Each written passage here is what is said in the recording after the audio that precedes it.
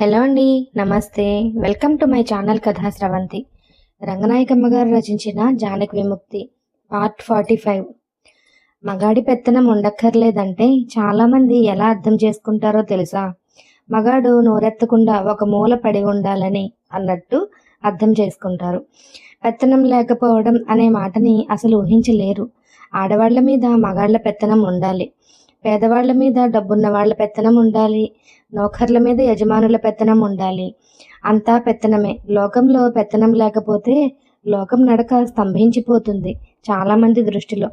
వాళ్ళు వీళ్ళు వేరువేరుగా ఉండకుండా అంతా ఒకటైతే ఎవరి పెత్తనమూ అక్కర్లేదు. జానకి ఎంత మంచి మాట అన్నారు. ఒక తమాషా చెప్పాలి మీకు. అయ్యయ్యో, ఎంతసేపు మరిచిపోయాను. ముందు ఒక ప్రశ్నకి జవాబు చెప్పండి. డబ్బున్న వాళ్ళు అని డబ్బు లేని వాళ్ళు అని తేడాలు పోవచ్చు. నౌకర్లని యజమానులని తేడాలు పోవచ్చు. కానీ ఆడవాళ్ళని మగవాళ్ళని తేడా ఎలా పోతుంది చెప్పండి? ఎప్పటికైనా అందరూ ఆడవాళ్ళు అవుతారా? అందరూ మగవాళ్ళు అవుతారా? వాళ్ళ మధ్య తేడా ఎప్పుడూ ఉంటూనే ఉంటుంది కదా. ఆ తేడా పోతుందా చెప్పండి? 1వ క్లాసు పిల్లని అడిగినట్టు అడుగుతున్నారేమిటి నన్ను? కోపం తెచ్చుకోకండి మరి. మీ లెక్కన పెద్ద పెద్ద ప్రొఫెసర్లు 1వ క్లాసులో ఉన్నారన్నమాట. మొన్న ఏమైందో తెలుసా? నేను సిటీ బస్లో వెళుతుంటే ఒక వాల్ పోస్టర్ కనపడింది. స్త్రీ స్వేచ్ఛ స్వాతంత్రాల గురించి సెమినార్ అని, ఫలానా చోట అని. మాట్లాడే వాళ్ళ పేర్లు అవి ఉన్నాయి అందులో. ఇంకో అరగంట టైం ఉంది. అప్పటికి టైం ఉంది కదా అని ఆ బస్ దిగి ఇంకో బస్ పట్టుకుని వెళ్ళాను. నేను వెళ్ళేప్పటికీ ఒక ఆయన ఉపన్యాసం దంచేస్తూ ఉన్నాడు. స్త్రీ పురుషులు సమానం కానే కారంటూ ఉన్నాడు. ప్రకృతి సహజంగానే వాళ్ళకి తేడా ఉంది. ఆ తేడా ఎప్పటికన్నా పోతుందా అంటున్నాడు. చాలండి, అలా ఎవ్వరూ అనరు. ఆ తేడా సంగతి ఎందుకు? అది పోవాలని ఎవరంటారు? అయ్యో, ఇదేమిటి నిజంగానే అన్నాడండి. నమ్మరా? నేను నమ్మనులండి. అలా మాట్లాడితే వినేవాళ్ళు నవ్వరు. నేను నమ్మను. అయ్యయ్యో, మీరసలు పెద్ద పెద్ద వాళ్ళ ఉపన్యాసాలు ఏమీ వినలేదనుకుంటాను. ఎంతెంత చెత్త మాట్లాడతారో తెలుసా? వినేవాళ్ళల్లో చాలామంది ఉపన్యాసకుడి కన్నా అజ్ఞానంలో ఉంటారు కాబట్టి వాళ్ళు నోటుకొచ్చినట్టు మాట్లాడేస్తారు. నేను చెప్పిన ఆయన నాగయ్య అని పెద్ద ప్రొఫెసర్ అండి. సెమినార్ దగ్గర నుంచి ఒక కరపత్రం తీసుకొచ్చాడు. కావాలంటే ఈసారి చూపిస్తాను మీకు. ఆయన ఎంత చెత్త మాట్లాడాడో చెప్పలేను. ఆడవాళ్ళకి మగవాళ్ళకి ప్రకృతి సహజంగానే తేడా ఉంది కదా అంటాడు. ఎంతసేపు ఆ తేడా తీసేయాలని ఎవరన్నా అంటున్నారా? వాళ్ళ పరిస్థితులు సమానం అవ్వాలంటారు కానీ సరిగ్గా ఆ పాయింటే చెప్పాను నేను. ఏమిటి, మీరు కూడా మాట్లాడారా? మాట్లాడడం అంటే పెద్ద ఉపన్యాసం కాదు. సెమినార్లో ఒక ఉపన్యాసకుడు మాట్లాడాక వినేవాళ్ళు ప్రశ్నలు అడుగుతారు. ఎవరెక్కడ కూర్చుంటే అక్కడి నుంచే మాట్లాడతారు. నాగయ్య మాట్లాడుతుంటే మోహన్కి ఒళ్ళు మండిపోయి ఆయన మాట్లాడడం పూర్తి కాగానే తను లేచి నించుని అన్నాడు, స్త్రీకి పురుషుడికి సమానత్వం అంటే అందరూ స్త్రీలు అవ్వాలనో అందరూ పురుషులు అవ్వాలనో బుర్రలున్న వాళ్ళు ఎవ్వరూ అనరు. సమానత్వం కావాలనేది వాళ్ళ పరిస్థితుల్లో, వాళ్ళ హక్కుల్లో, వాళ్ళ స్థానాల్లో, అంతేగాని దేహ నిర్మాణంలో సమానం అవ్వాలని ఎవరైనా అంటున్నారా? సామాజిక విషయాల్ని ఎన్నటికీ మారడానికి వీల్లేని ప్రకృతి విషయాల్లాగా జమకట్టి మాట్లాడుతున్నారు నాగయ్య గారు అనేసరికి చాలామంది చప్పట్లు కొట్టి మోహన్ పాయింట్ని సమర్థించారు. ప్రొఫెసర్ గారు జవాబు చెప్పాలి కాబట్టి కంఠం సర్దుకొని, ఆ దేహ నిర్మాణంలో తేడా వల్లనే స్త్రీకి ఎప్పుడు పురుషుడు రక్షణగా కావాలి, స్త్రీ రక్షించబడేదిగా ఉండవలసి వస్తుంది అన్నాడు. దేని నుంచి రక్షిస్తాడు పురుషుడు స్త్రీని అన్నాడు మోహన్ వెంటనే. రౌడీల నుంచి, దొంగల నుంచి, పరపురుషుల నుంచి అని ప్రొఫెసర్ గారు ఒక లిస్టు చదువుతుంటే చాలామంది నవ్వారు. దాంతో ప్రొఫెసర్ గారు మొహం ముడుచుకొని కూర్చున్నాడు. జానకి అదంతా విని, మీరు అంత చక్కగా చెప్తే ఆయనకి ఎందుకు అర్థం కాలేదండి అంది ఆశ్చర్యపోతూ. నేను ఇదివరకు మీలాగే అనుకునేవాణ్ణి. మనం చెప్పేది మంచి విషయం అయితే అందరూ తప్పకుండా ఒప్పేసుకుంటారు అనుకునేవాణ్ణి. కానీ అది తప్పని తర్వాత తెలిసిందనుకోండి, అందరూ అలా ఒప్పుకోరు. మనం ఎంత మంచి పాయింట్ చెప్పినా, ఎదుటివాడు కిక్కురుమనటానికి వీలైనంత పగడ్బందీగా చెప్పినా వాళ్ళ పాట వాళ్ళు పాడుతూనే ఉంటారు.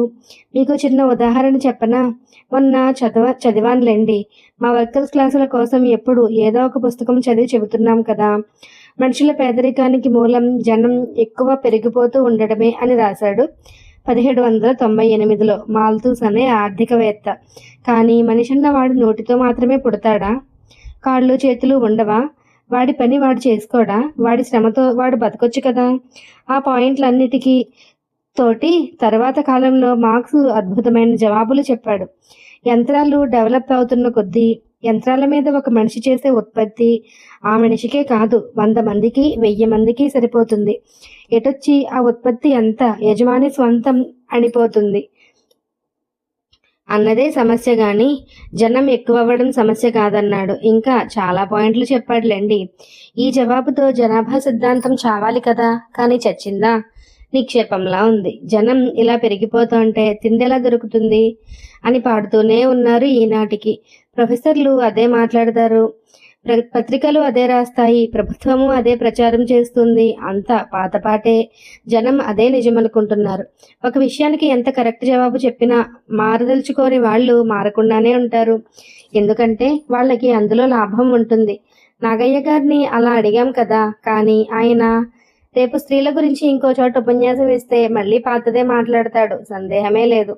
ఎవరో ఇద్దరు వ్యక్తులు కొంచెం దూరంగా నడిచి వెడుతుంటే జానకి ఆశ్చర్యంగా చూస్తూ నించుంది.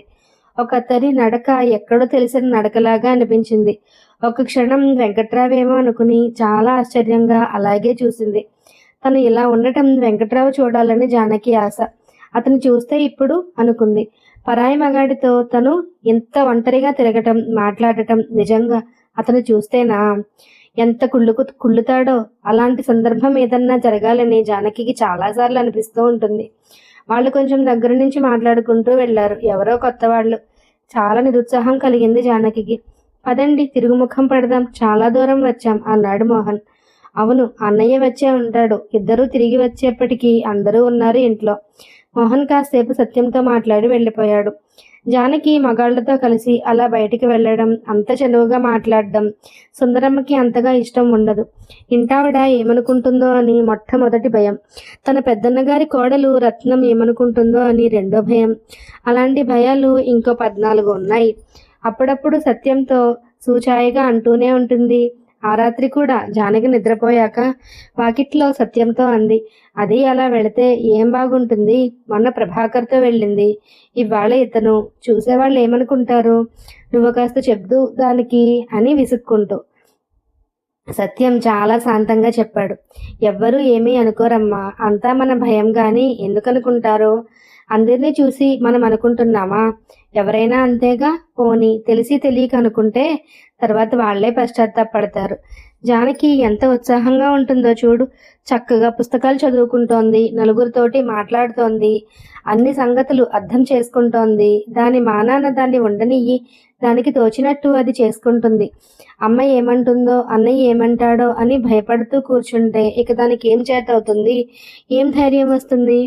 జానకి శారదతో స్నేహంగా ఉండటం లేదు, లక్ష్మితో స్నేహంగా ఉండటం లేదు, అలాగే మగాళ్లతోటి స్నేహంగా ఉండొచ్చు.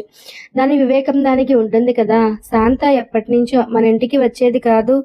ఆడపిల్లలు మగాళ్లతో మాట్లాడినా ఏం పర్వాలేదమ్మా, 10 మందితో మాట్లాడితేనే ఎవరు ఎలాంటి వాళ్ళో అర్థం చేసుకునే జ్ఞానం వస్తుంది.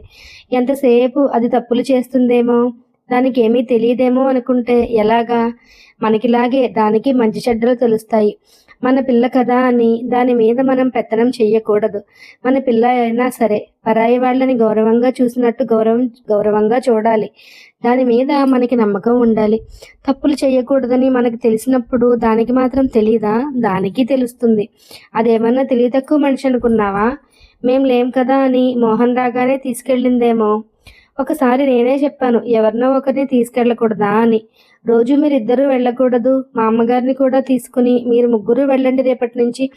ఆ గీతా పారాయణానికి పోతారెందుకు, టైం అంతా వేస్ట్. అంతకన్నా చక్కగా కాసేపు నడిచి వస్తే మీ ఆరోగ్యాలు బాగుంటాయి. మీ ఇష్టం మీదని సరిపెట్టుకుంటున్నాను, కానీ 10 రోజుల నుంచి మీరు అక్కడికి పోతూ ఉంటే నాకు ఒళ్ళు మండిపోతోంది అన్నాడు. అంతసేపు శాంతంగా మాట్లాడి చివరికి కోపంగా. సుందరమ్మ కొంచెం నవ్వింది. సత్యం అంతసేపు చెప్తే ఆవిడకి మనసు కొంత తేటపడింది. అయినా కొంచెం విసుగ్గా, నేను మొదటే అనుకున్నాలే నీతో చెప్తే లాభం లేదని, నీతో చెప్పడం కన్నా గోడతో చెప్తే నయం అంది. కొడుకుని కేకలేయటం ఆవిడికి బాగా అలవాటు, ముచ్చటాను. సత్యం నవ్వి ఒక మాట అందామనుకున్నాడు. జానకి ప్రభాకర్ తోటో, మోహన్ తోటో, బాబ్జీతోటో, ఇంకోళ్లతోటో ఎంతమందితో మాట్లాడితే మాత్రం ఏం కొంప మునుగుతుంది? తనకి నచ్చితే ఎవరో ఒకరిని పెళ్లి చేసుకుంటుంది.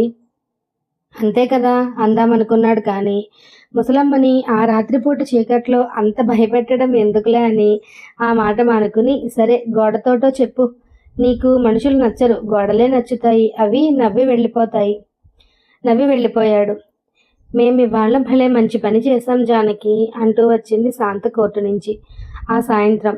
మేమంటే ఉష కూడా అని జానకికి తెలుసు. ఏం చేశారు? చైనా మీద ఒక పుస్తకం ఉందిలే, అందులో ఒక విషయం అనువాదం చేశాం. మీరు వింటే భలే బాగుంటుంది. సత్యం వాళ్ళ క్లాసులకి కూడా పనికొస్తుంది. సత్యం రాలేదా ఇంకా? వచ్చా కానీ రివిజనిస్ట్ చైనా విషయాలు అంత బాగున్నాయా అన్నాడు సత్యం లోపల నుంచి వస్తూ. ఇది సోషలిస్టు చైనా సంగతిలే. ఇవాళ మా కేసులన్నీ వాయిదాలు పడ్డాయి. ఈ పని పెట్టు కూర్చున్నాం. కమల కూడా కలిసిందిలే మాతో. ఏ విషయం అసలు? ఒక విడాకుల కేసు. తర్వాత చెప్తా గాని మధ్యాహ్నం ఏం తినలేదు. చాలా ఆకలేస్తోంది. స్నానం చేసి వస్తాను. కొంచెం అన్నం పెట్టే. మీరు కూడా తినేస్తారా తొందరగా? అది చదువుకోవచ్చు. అన్నం ఇంకా అవ్వలేదు, ఇప్పుడే పెట్టాను. చంపేశావు. నాకు శోష వచ్చేట్టుంది. అయితే నీ స్నానం అయ్యేప్పటికి కొంచెం ఉప్మా చేసేస్తాలే. నాకేం అక్కర్లేదు, నువ్వు చేస్తే ఏడ్చినట్టు ఉంటుంది ఉప్మా.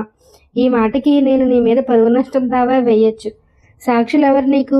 జానకే. నేను చెప్పను బాబు సాక్ష్యం అంది జానకి వెంటనే. ఏం, ఎందుకు చెప్పవు? శాంత నన్ను తిట్టిందా లేదా? మొన్న ఉప్మా చేసినప్పుడు పోపు మాడగొట్టావు, తినలేక చచ్చాం, అందుకే తిట్టింది. మొన్న చేసినట్టే ఇవాళ కూడా చేస్తానని ఎలా చెప్పగలవు? ఎలా చెప్పగలమంటే ఆ ఉప్మా దడ మాకు ఇంకా తగ్గలేదు గనుక అంతా అంటూ శాంత స్నానానికి వెళ్ళిపోయింది. రాత్రి అన్నాలు తినేప్పుడు సుందరమ్మకి జానకి ముందు చైనా విషయాలు కొన్ని అర్థమైతే ఆ కేసు విషయాలు బాగా తెలుస్తాయని శాంత చైనా సంగతులు కొన్ని చెప్పింది. 25-30 సంవత్సరాల క్రిందట చైనాలో కూడా బాగా పేదవాళ్ళని, బాగా డబ్బున్న వాళ్ళని ఇప్పుడు మన దేశంలో ఉన్నట్టే ఉండేదండి. కానీ 1949లో పేదవాళ్ళంతా కలిసి ఆ దేశంలో చాలా పెద్ద మార్పు చేసుకున్నారు. విముక్తి అంటారు దాన్ని వాళ్ళు. ఇతర దేశాల నుంచి చాలామంది పెట్టుబడిదారులు వచ్చి చైనాలో ఫ్యాక్టరీలు అవి పెట్టి చైనా వాళ్లతోటే పని చేయించి చాలా ఆస్తులు సంపాదించారు అప్పటికి. నిజానికి ఆ ఆస్తులన్నీ చైనా పేదల కష్టార్జితమే కదా. అందుకని చైనా వాళ్ళు బయట దేశాల పెట్టుబడిదారుల్ని తరిమేసి వాళ్ళ ఆస్తులన్నిటినీ తమ దేశం ఆస్తిగా మార్చేసుకున్నారు.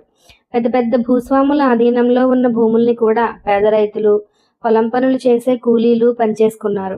అదంతా ఎన్నో సంవత్సరాల ఉద్యమాలు, యుద్ధాలు చేస్తేనే సాధ్యమైంది. మొత్తానికి 1949 నాటికి వాళ్ళు పెద్ద ఎత్తున జరిగే దోపిడీని ఆపుకున్నారన్నమాట. ఇంకా చైనా దేశంలోనే ఉండే పెట్టుబడిదారులు వాళ్ళ స్వంత ఆస్తులు ఉన్నాయిలేండి. వాళ్ళందరి ఆస్తులు కూడా తీసేస్తేనే కానీ దోపిడీని పూర్తిగా అరికట్టినట్టు అవ్వదు. అదంతా వేరే కథ. విభక్తిలో మొట్టమొదటి దశ పూర్తయ్యాక చైనా పేరుని ప్రజల చైనా అని మార్చుకున్నారు. చైనా ఇక శ్రామిక ప్రజల పరిపాలనలో ఉండడం ప్రారంభమైందన్నమాట. అప్పటి నుంచి ప్రతి రంగంలోనూ, వ్యవసాయంలో, పరిశ్రమల్లో, చదువుల్లో, కోర్టుల్లో, ప్రతి చోట అనుకోండి పాత పద్ధతులన్నీ మార్చేసుకోవడం మొదలుపెట్టారు. పాత దోపిడీ సమాజం విప్లవకరంగా మారటం మొదలుపెట్టింది. ఒక దేశాన్ని చూడడానికి ఇతర దేశాల నుంచి ఎప్పుడూ చాలామంది వస్తూనే ఉంటారు. విముక్తి తర్వాత చైనాని చూడడానికి బోలెడు మంది విదేశీ రచయితలు వచ్చి చైనా మీద బోలెడు పుస్తకాలు రాశారు. వాళ్లల్లో ఒక ఆయన ఫెలిక్స్ గ్రీన్ అనే అమెరికా రచయిత. ఆయన చాలాసార్లు చైనా వెళ్ళి అక్కడ కమ్యూన్లు, ఫ్యాక్టరీలు, ఆఫీసులు, స్కూళ్ళు, ఆసుపత్రులు, జైళ్ళు, కోర్టులు, దాదాపు దేశం అంతా చూసి వాల్ హేస్ టు సైడ్స్ అనే పుస్తకం రాశాడు. అంటే గోడకి 2 వైపులున్నాయి అని దాని అర్థం. ఆ పేరు ఎందుకు పెట్టాడంటే చైనా చుట్టూ ఒక పెద్ద గోడ ఉంటుందట. శత్రువులు దండెత్తి రాకుండా పూర్వం ఎప్పుడో కట్టారు దాన్ని. ఆ గోడకి బయటవైపు ఉన్న దేశాలన్నీ చైనాలో ఏదో ఘోరం జరిగిపోతోందని, అక్కడ స్వేచ్ఛ స్వాతంత్రాలు నశించిపోతున్నాయని చైనా గురించి ప్రచారం మొదలుపెట్టాయి. విముక్తి తర్వాత చైనాలో స్వేచ్ఛ స్వాతంత్ర్యాలు పోయిన మాట నిజమే. కానీ ఎవరి స్వేచ్ఛ స్వతంత్రాలు పోయాయి? సామ్రాజ్యవాదుల స్వేచ్ఛ స్వతంత్రాలు, వాళ్ళ ఏజెంట్ల స్వేచ్ఛ స్వతంత్రాలు. పాపం వాళ్ళు పూర్వంలాగా చైనాని దోచుకోవడానికి వీలు లేకుండా పోయింది కదా.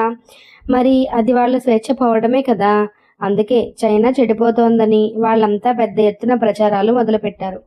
ఈ ఫెలిక్స్ గ్రీన్ అనే రచయిత చైనా గోడకి బయట పక్క ప్రచారాన్ని వినడం మాత్రమే కాదు, లోపల పక్క ఏం జరుగుతోందో కూడా తెలుసుకోండి. ఆ గోడకి రెండు వైపు కూడా ఉందని అర్థం చేసుకోండి. ఆ గోడకి రెండు వైపులున్నాయి అని ప్రపంచ ప్రజలందరికీ చెప్పడానికి తన పుస్తకానికి ఆ పేరు పెట్టాడు.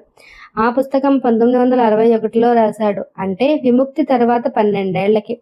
అందులో ఒక చిన్న చాప్టర్ అన్నమాట ఈ విడాకుల కేసు. చైనా కోర్టులో ఈ కేసు జరుగుతుంటే ఆయన స్వయంగా చూశాడు. ఈ కేసు ఏ సంవత్సరంలో జరిగిందో వివరం లేదు.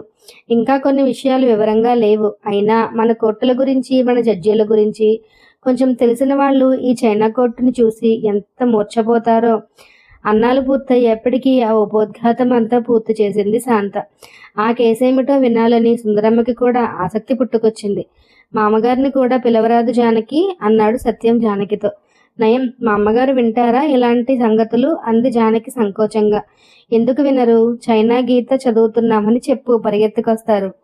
జానకి కదలలేదు, నవ్వి ఊరుకుంది. వంటిల్లు సర్దేసి అందరూ మధ్య గదిలోకి చేరారు. శాంత చదవడం మొదలుపెట్టింది. రచయిత ఇలా రాస్తున్నాడు. పగలు 11 గంటల వేళ కోర్టు గది చాలా చిన్నది. గదిలో దాదాపు 30 మంది స్త్రీలు ఉన్నారు. చెక్క నేల, ప్రేక్షకులు కూర్చునే బెంచీలకు, జడ్జి కూర్చునే ప్లాట్ఫారానికి మధ్య పొడుగాటి టేబుల్ ఉంది. దాని మీద ముదురు ఎర్ర రంగు బట్ట పరిచారు. గదిలో ఎక్కడ జెండాలు లేవు, నినాదాలు లేవు, చిత్రాలు లేవు, మావో ఫోటో కూడా లేదు. శాంత ఆగి, మన కోర్టుల్లో అయితే గాంధీ ఫోటో ఉంటుంది జడ్జి నెత్తి మీద. న్యాయస్థానం అంటే అక్కడ ఎవ్వరికీ ప్రత్యేకత ఉండకూడదు కదా. మన కోర్టుల్లో గాంధీకి మాత్రం అంత ప్రత్యేకత అంది. ఇందాక మీరు కోర్టు గదిలో 30 మంది ఆడవాళ్ళని చదివారు కదా, మగాళ్ళు లేరా? వాళ్ళ సంగతి చెప్పలేదేం అంది జానకి. అదే నేను అన్నాను ఇందాక, కొన్ని వివరాలు సరిగా లేవు. గదిలో 30 మంది స్త్రీలు అని రాశాడు, కానీ మగవాళ్ళు ఎంతమందో చెప్పలేదు అని శాంత మడ్డీ చదవడం మొదలుపెట్టింది. నేను జడ్జిని చూద్దామని ఎదురు చూస్తూ ఉండగా మేము చూడబోయేది విడాకుల కేసని, దాన్ని విచారించబోయే జడ్జి చాలా చిన్నవాడని, 23 సంవత్సరాల వాడని కోర్టు సెక్రటరీ చెప్పాడు. ఆ కోర్టు సంవత్సరానికి 30-40 విడాకుల కేసులు మాత్రమే చేస్తుందని, అంతకన్నా తక్కువ క్రిమినల్ కేసులు చేస్తుందని ఆయన చెప్పాడు. 30 లక్షల జనాభా గల షెన్షాంగ్ నగరంలో ఈ రకమైన కోర్టులు 6 మాత్రమే ఉన్నాయి.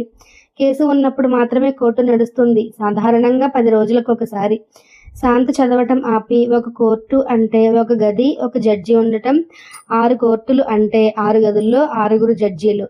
అవి కూడా రోజు ఉండవు, అంటే కేసులు ఎక్కువగా ఉండవన్నమాట అని వివరించింది. సత్యం ఆశ్చర్యంగా అన్నాడు. 30 లక్షల జనాభా ఉన్న సిటీలో 6 కోర్టులేనా? అది 10 రోజులకు ఒకసారా కోర్టు నడిచేది? అంటే కేసులు ఎంత తగ్గిపోయాయో చూడండి. ఒక కోర్టు చేసేది నెలకి 3-4 కేసులు.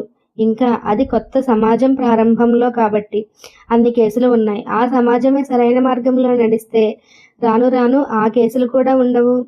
కేసులన్నీ ఆస్తి మూలానే వస్తాయా? స్వంతాస్తి లేకపోతే కేసులు ఉండవా అంది జానకి ఆశ్చర్యపడుతూ. ఖచ్చితంగా అంతే. చైనాలో కేసులు తగ్గిపోవడానికి కారణం ఆ మార్పే కదా. ఆస్తి అంటే అందులో 2 రకాలు ఉంటాయి. స్వయంగా శ్రమ చేసే వాళ్ళ ఆస్తులు, శ్రమ చెయ్యని వాళ్ళ ఆస్తులు. శ్రమ చేసే వాళ్ళ ఆస్తులు చాలా చిన్న స్థాయిలో మాత్రమే ఉంటాయి.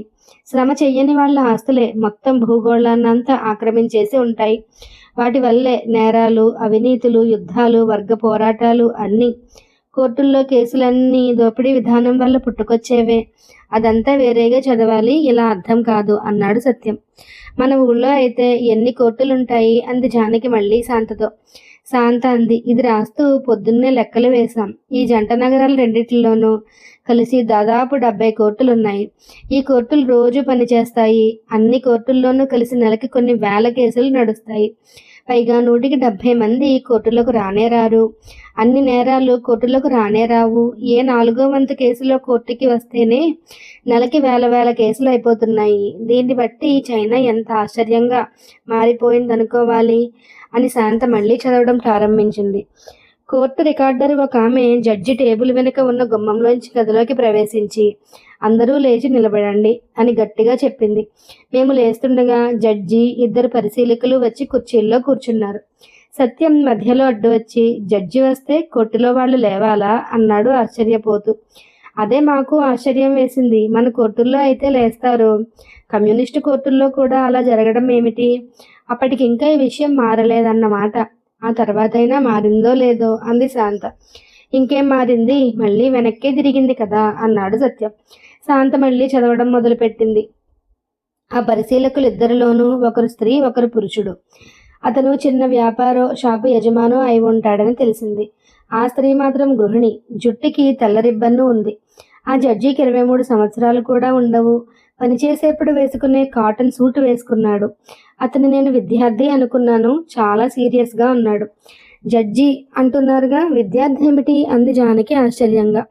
కోర్టు ఏ 10 రోజులకో ఒకసారి నడిస్తే అతను అందాక గోళ్ళు గిల్లిగింటూ కూర్చుంటాడా? ఇంకా చదువుకుంటున్నాడేమో, ఏదైనా ఫ్యాక్టరీలో పని కూడా చేస్తున్నాడేమో అన్నాడు సత్యం. అలా కాదు, ఈ జడ్జిని ఈ కేసుకే జడ్జిగా పెట్టారనుకుంటాను.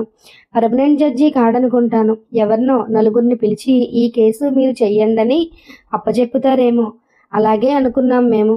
వివరంగా తెలియటం లేదు అంది శాంత మళ్ళీ చదవడం మొదలుపెట్టింది. జడ్జి లేచి నిలబడి మా వైపు చూసి, దయచేసి అందరూ కూర్చోండి అన్నాడు. అతను నిలబడే ఉండి ఇలా మాట్లాడాడు.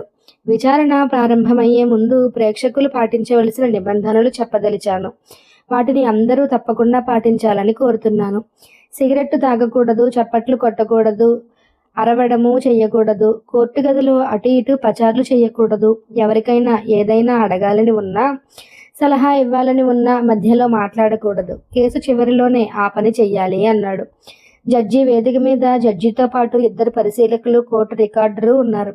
ఇంకో స్త్రీ కూడా కుర్చీలో కూర్చుని ఉంది. ఆమె ఆ కేసులో భార్య తరపున సాక్ష్యం చెప్పటానికి వచ్చిన వ్యక్తి అని తెలిసింది. సాక్షి కూడా జడ్జి పక్కనే అని నవ్వాడు సత్యం. కేసు ప్రారంభమవుతోంది. నువ్వు మధ్యలో మాట్లాడకూడదు, ఎవరూ మధ్యలో మాట్లాడకూడదని జడ్జి చెప్పాడు కదా అంది శాంత. వారిద్దరినీ పిలవండి అన్నాడు జడ్జి.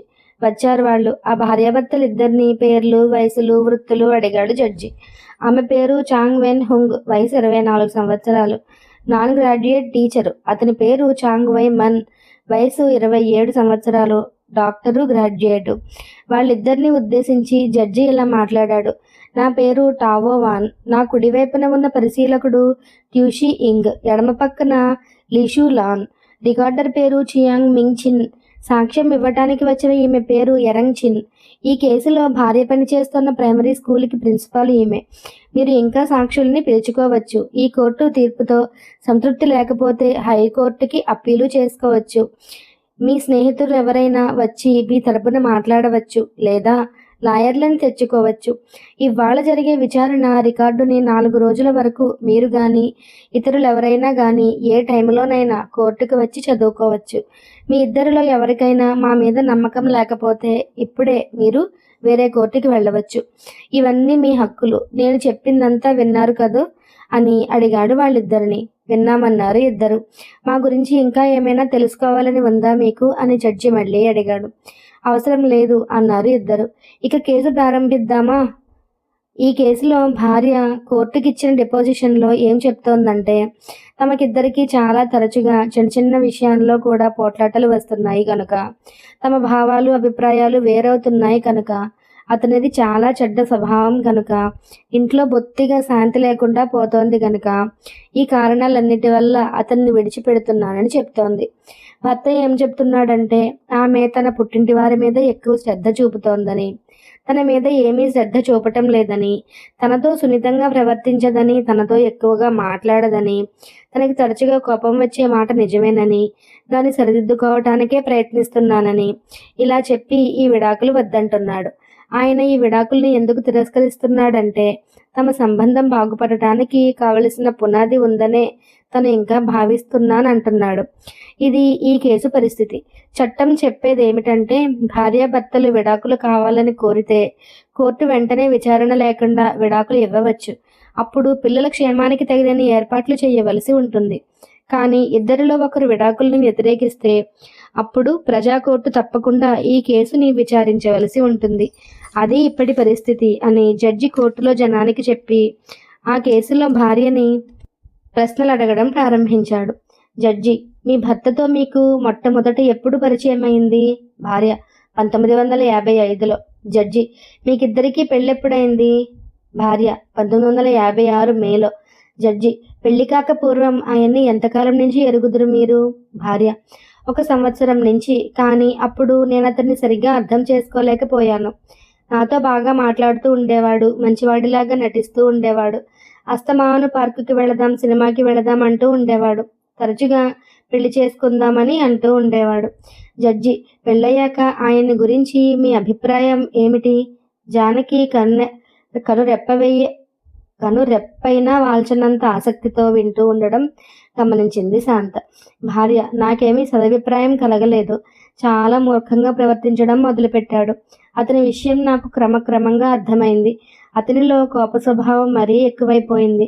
చాలాసార్లు నన్ను కొడుతూ ఉండేవాడా అని అద్దరిపడ్డాడు సత్యం. విముక్తి తరువాత పైగా డాక్టరు, భార్యని కొట్టడం. నిన్ను జడ్జిగా పెడితే బాగుండేది కదూ అని నవ్వింది శాంత. భార్య: నేను ఎన్నిసార్లు అతనితో మాట్లాడినా ఫలితం లేకపోయింది. ఎప్పుడు తగులు పోట్లాటలు తప్ప సంసారంలో ఇంకేమీ లేదు. మేము ఒక ఇంట్లో మనుషులం కామనిపించేది. పరిశీలకురాలు ఒత్తి అడుగుతూ: అతను కొట్టేవాడా? భార్య: చాలాసార్లు కొట్టేవాడు. నేనది భరించలేకపోయాను. అతని తల్లి ఎప్పుడూ అతన్నే సమర్థించేది. మేము చాలాసార్లు అర్ధరాత్రులు కూడా పోట్లాడుకుంటూనే ఉండేవాళ్ళం. అతని తల్లి ఆ పోట్లాటల్ని ఇంకా పెంచేది. జానకి చాలా సీరియస్గా అయింది. సుందరమ్మ కూడా చాలా శ్రద్ధగా వింటోంది. పరిశీలకుడు: ఇప్పుడు విడాకులు ఎందుకు అడుగుతున్నారు మీరు? భార్య: నాకు స్కూల్లో పని ఎక్కువగా ఉంటోంది. ఎప్పుడన్నా ఇంటికి రావడం ఆలస్యమైతే ఇంతసేపు ఎక్కడున్నావు, ఏం చేస్తున్నావు అని పోట్లాటలు పెడుతూ ఉంటాడు. బెజవాడ భర్త వేసే ప్రశ్నలే వేస్తాడన్నమాట. చైనా భర్త కూడా. సత్యం: అతను నన్ను కొట్టినా తిట్టినా చాలా కాలం అతను మారతాడనే ఆశతో ఉండేదాన్ని. ఇప్పుడు ఆ ఆశ పోయింది. సెన్షాంగ్ మెడికల్ కాలేజీలో అతను మెడికల్ స్టూడెంట్గా ఉన్నప్పుడు అతనికి కావలసిన వస్తువులు, డబ్బు ఇస్తూ ఉండేదాన్ని. నేను చెయ్యగల సహాయం అంతా చేశాను అప్పుడు. పరిశీలకుడు: ఆ రోజుల్లో అతను ఎలా ప్రవర్తించేవాడు? భార్య: ఆ రోజుల్లో కూడా చెప్పుకోదగ్గంత మంచిగా లేడు. ఇప్పటికన్నా కొంత మెరుగు. అప్పుడు కూడా సహనంగా ఉండేవాడు కాడు. ఎప్పుడూ కోపమే. మా సంబంధం బాగుపడుతుందని నమ్మకం ఉన్నన్నాళ్ళు అతనితో కలిసి ఉన్నాను. అతనితో అన్ని విషయాలు మాట్లాడేదాన్ని, ముఖ్యంగా పిల్లల విషయం. పిల్లల్ని కన్నది నువ్వే, వాళ్ళ బాధ్యత నీదే, నాది కాదు అంటాడు ఎప్పుడు.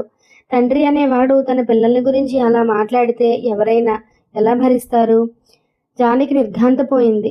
సత్యం మొహం కోపంతో ఎర్రబడిపోయింది. జడ్జి: ఆయన సంపాదించిన డబ్బు ఎలా ఖర్చు పెడతారు? భార్య: సాధారణంగా తన కోసం, తన తల్లి కోసం వాడుకుంటాడు. పిల్లలకి, ఇంట్లో ఖర్చులకి నా డబ్బే వాడేదాన్ని. కొన్నిసార్లు నాకు పుస్తకాలు కొనుక్కోవలసిన అవసరం ఉంటుంది. అతనికి ఇవ్వటానికి నా దగ్గర డబ్బు లేకపోతే ఉంచుకుని కూడా ఇవ్వలేదనుకునేవాడు. జడ్జి: అతని తల్లిదండ్రుల సంపాదన ఏమిటి? భార్య: అతని తల్లిదండ్రుల సంపాదన ఏమిటి? భార్య: వాళ్ళకి సరిపోయే రాబడి వాళ్ళకి ఉంది. పరిశీలకుడు: మీ ఇద్దరి డబ్బుని ఎలా ఖర్చు చేసుకోవాలో, ఎలా ప్లాన్ చేసుకోవాలో ఆయనతో మీరు ఎప్పుడైనా చర్చించారా? భార్య: ఆ విషయాలు అనేక సార్లు మాట్లాడాను. అతను గ్రాడ్యుయేట్ కాకముందే చాలాసార్లు ఆ విషయాలు మాట్లాడేవాళ్ళం. అతను పరీక్ష పాస్ అయిన తర్వాత పిల్లలకి ఏమైనా కావలసి వస్తే కొన్నిసార్లు తెచ్చేవాడు, కానీ సాధారణంగా అవసరాలన్నీ నా మీదే వదిలేసేవాడు. కొన్నాళ్ళకి పిల్లల సంగతి పట్టించుకోవడమే మానేశాడు. జడ్జి: దెబ్బలాటలు అసలు ఎలా ప్రారంభమయ్యేవి? భార్య: కొన్నిసార్లు అతని వల్ల, కొన్నిసార్లు నా వల్ల కూడా. అతన్ని సరిదిద్దాలనే దృష్టితోనే ఘర్షణ పడేదాన్ని. జడ్జి: ఎప్పుడన్నా ఆయన్ని కొట్టారా మీరు? భార్య: ఎప్పుడూ లేదు. అంత తెలివి ఉంటే లేనిదేముంది? సత్యం: జడ్జి ఆయన మిమ్మల్ని దేంతో కొట్టేవాడు? భార్య: చేత్తోటే. కొన్నిసార్లు అర్ధరాత్రులు వచ్చేవాడు ఇంటికి. తను అర్ధరాత్రులు రావచ్చు, కానీ భార్య మాత్రం పని నుంచి ఆలస్యంగా రాకూడదా? జానకి కోపంగా. జడ్జి: ఆయన్ని సరిదిద్దడానికి మీరు తరచుగా ప్రయత్నించేవారా? వాణ్ణి వదిలిపెట్టడమే సరిదిద్దటం, అప్పటికి బుద్ధొస్తుంది. సత్యం. భార్య: అనేక సార్లు అతనికి చెప్పి చూడమని కొంతమంది స్నేహితుల్ని కూడా అడిగాను. చాలాసార్లు మా పోట్లాటలు అర్ధరాత్రులు కూడా సాగేవి. రాత్రులు గొడవలేమిటని ఇరుగు పొరుగు వాళ్ళు కూడా విసుక్కునేవారు. జడ్జి: మీరు ఆయన్ని తిట్టేవారని ఆయన అంటున్నారు, దానికి మీరేం చెప్తారు? భార్య: అతని తల్లే నన్ను ఎప్పుడూ తిట్టేది. జడ్జి: ఇంటి పని ఎవరు చేసేవారు? భార్య: నేను స్కూల్కి వెళ్ళాలి కనుక కొన్ని పనులు ఆమె చేసేది. పిల్లల పనులు, బట్టలు ఉతకడం, ఇస్త్రీలు నేను చేసేదాన్ని. జడ్జి: పిల్లల ఖర్చులు ఎవరు? భార్య: అన్నీ నేనే. జడ్జి: ఎంతమంది పిల్లలు మీకు? భార్య: 2. ఒకరికి 3 ఏళ్ళు, ఒకరికి ఏడాది. జడ్జి: మీరిప్పుడు గర్భవతిగా ఉన్నారా? భార్య: లేదు. తరువాత జడ్జి భర్తని ప్రశ్నలు అడగడం మొదలుపెట్టాడు. జడ్జి: మీ భార్య పట్ల మీ అభిప్రాయాలు ఏమిటో చెప్పండి. భర్త: పెళ్ళైన తరువాత మొదట్లో బాగానే ఉన్నాం. వంట పని కలిసే చేసుకునేవాళ్ళం. ఒకరిని ఒకరం జాగ్రత్తగా చూసుకునేవాళ్ళం. తర్వాత హిమరోగం వచ్చింది నీకు అంది సుందరమ్మ. వీడి మొహానికి జాగ్రత్తగా చూసుకోవటం ఒకటి అన్నాడు సత్యం. జడ్జి: మీరు కాలేజీలో చదివే రోజుల్లో ఆమె మీకు సహాయం చేసేవారా? భర్త: చేసేది. జడ్జి: ఆ రోజుల్లో మీరు ఆమెతో ఎలా ప్రవర్తించేవారు? భర్త: చాలా మంచిగా ఉన్నాను. జడ్జి: మంచి భావాలు ఆచరణలో పెట్టడానికి ప్రయత్నించారా? భర్త: పిల్లల విషయంలో సరిగ్గా లేననే చెప్పాలి. అప్పట్లో నేను కాలేజీలో ఉండేవాణ్ణి. శని ఆదివారాలు మాత్రమే ఇంటికి వచ్చేవాణ్ణి. జడ్జి: ఇప్పుడు మీ సంబంధం ఎందుకు చెడిపోయింది? భర్త: దానికి ప్రధాన కారణం ఆమె మా అమ్మతో సరిగ్గా ప్రవర్తించకపోవటమే. ఆమెకు ఒక బలహీనత ఉంది. ఇంట్లో ఏదైనా అసంతృప్తి కలిగే విషయం జరిగినా, ఏదైనా బాధ కలిగినా ఓర్చుకోలేదు. అదీగాక మా స్వభావాలు చాలా భిన్నం. ఆమెకు చాలా శాంతంగా జీవితం గడపటం ఇష్టం. నాకు జీవితం చాలా చురుగ్గా ఉండాలి. అర్ధరాత్రుల దాకా పోట్లాడటమే గావున చురుగ్గా ఉండటం. మొహం చిట్లించింది జానకి. వాడి కారుకూతలు జడ్జి ఎంత శాంతంగా భరిస్తున్నాడో చూడండి. సత్యం: జడ్జి: మీరు తరచుగా ఆమెను కొడతారని ఆమె అంటున్నారు.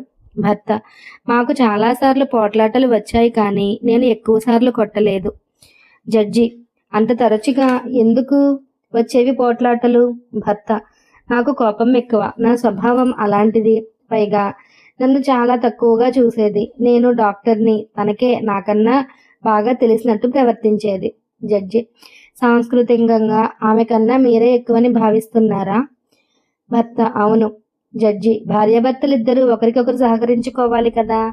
ఆమె సాంస్కృతికంగా తక్కువ స్థాయిలో ఉన్నట్టు మీరు అనుకుంటే ఆమె ఎదగడానికి మీరు తోడ్పడాలి కదా. ఆమె కన్నా మీరే ఎక్కువ అనుకోవడం సరైన ఆలోచనేనా? భర్త: నా ఆలోచన తప్పేనని తెలుసుకున్నాను. మొదట్లోనే ఆమె డబ్బు మీద ఆధారపడేవాణ్ణి, కానీ గ్రాడ్యుయేషన్లోకి రాగానే ఒక ప్రైమరీ స్కూల్ టీచర్ కన్నా నేనే ఎక్కువని భావించడం మొదలుపెట్టాను. అది తప్పని ఒప్పుకుంటున్నాను. జానకి ఆశ్చర్యపోతూ: ఇందాకేగా ఆమె కన్నా తను ఎక్కువన్నాడు. జడ్జి 2 చివాట్లు పెట్టేసరికి మాట మార్చేస్తున్నాడు అంది. ఆ కుర్రాడు అంత చిన్నవాడు కదా, అంత బాగా అడగటం ఎలా తెలుస్తుందో అతనికి అంది సుందరమ్మ ఆశ్చర్యపోతూ. ఏం సత్యమైతే అడగలేడా? వాళ్ళంతా పెద్ద విప్లవంలోంచి తయారైన వాళ్ళు కదా అంది శాంత. జడ్జి: అసలు మీ మధ్య పోట్లాటలు రావటానికి కారణం ఎవరనుకుంటున్నారు మీరు? భర్త: నేనే కారణం అనుకుంటాను. ఆమె నా కోసం చాలా ఎక్కువ చెయ్యాలనుకున్నాను. జడ్జి: మీ మూర్ఖత్వాన్ని మీరు తెలుసుకునేట్టు చేయటానికి ఆమె ఏమైనా ప్రయత్నించారా? భర్త: చాలాసార్లు ప్రయత్నించిందండి. జడ్జి: ఆమె సూచనలు ఎందుకు పాటించటం లేదు మీరు? భర్త: అలా చేయటం నాకు చిన్నతనం అనిపించేది. నా బలహీనతల్ని నేను ఒప్పుకోలేకపోయాను.